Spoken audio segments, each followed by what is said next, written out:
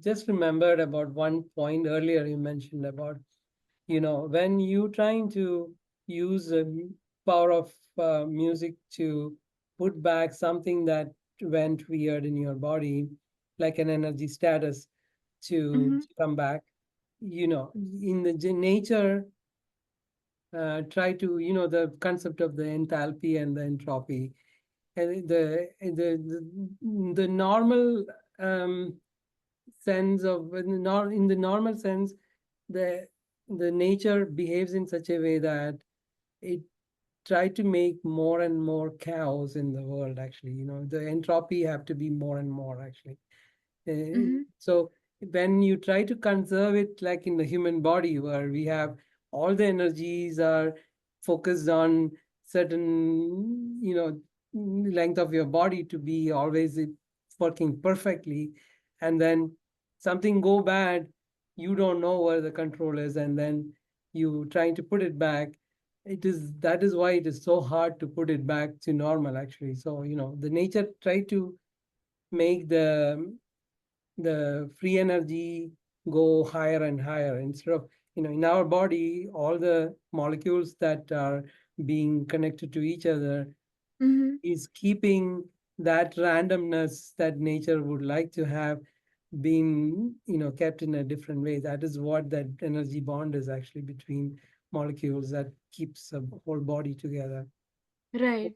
So what I am trying to ask you is that, because, we don't know what happens when you die, and Uh-huh. then, where does this energy go? That is something that we still don't have an answer, because nobody could prove what is going to happen. But then ancient um, concepts like what you are trying to practice in the human might reveal something in the long run, what that energy would go at the time when you die. And, so what is your thoughts about that, actually? What do you think Wha- that energy? What happens after we die? Yeah, what is your theory about it?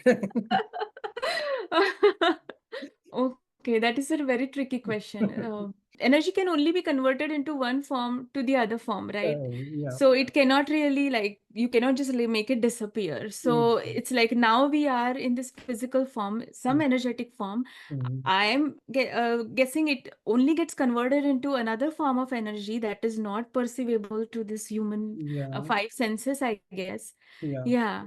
So, So but there it is, still exists. yeah, that's very true, right? And because it goes to that concept where there is that third dimension that you can't see, actually, or fourth Yeah. dimension that you can't see, which still exists there. And then that brings back to that human mind that keep wondering, is there a higher power than us Mhm. that exists in the world, and then, that directs you and lead your life to certain things, actually. So these are very interesting questions that we don't have answers for, but Yeah. Sally will write a book in the end, actually.